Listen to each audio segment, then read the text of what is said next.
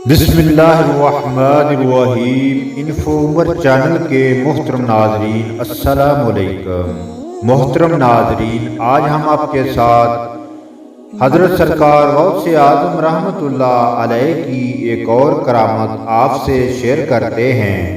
मशहूर मुहद्दिस हजरत सैयदना शेख अब्दुल हक मुहद्दिस देलवी रहमतुल्लाह ताला अलैह फरमाते हैं, मशाइख औलिया रहमतुल्लाह ताला अलैह अजमाइन में से कोई भी करामत के लिहाज से आपका हम पल्ला नहीं।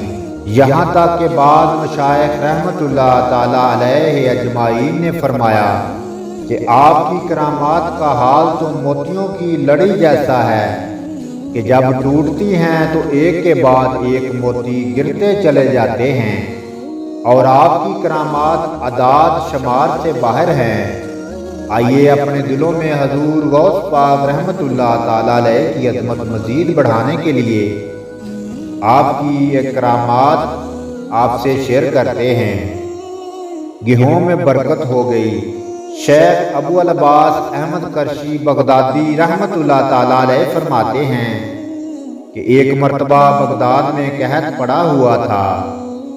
मैंने अपने फाके और कसरत अयाल की शिकायत बारगाह गौसियत में की तो गौस समदानी कुतुब रब्बानी हजरत सैयदना शेख अब्दुल कादिर जिलानी रहमतुल्लाह ताला अलैह ने मेरे लिए एक डब्बा एक मखसूस पैमाना गंदम का निकाला और मुझसे फरमाया कि इसको एक बोरी में डालकर इसका मुंह बंद कर दो और एक तरफ से खोल कर निकालते रहना और पीस कर खाते रहना, लेकिन इसका मुंह को हरगज ना खोलना। शेख अबू अल अब्बास रहमतुल्लाह ताला अलैह फरमाते हैं कि हम उस बोरी में से निकाल कर वो गेहूं 5 साल तक खाते रहे। फिर एक दिन मेरी जौजा ने इसका मुंह खोल दिया तो वो 7 दिन में ख़त्म हो गए।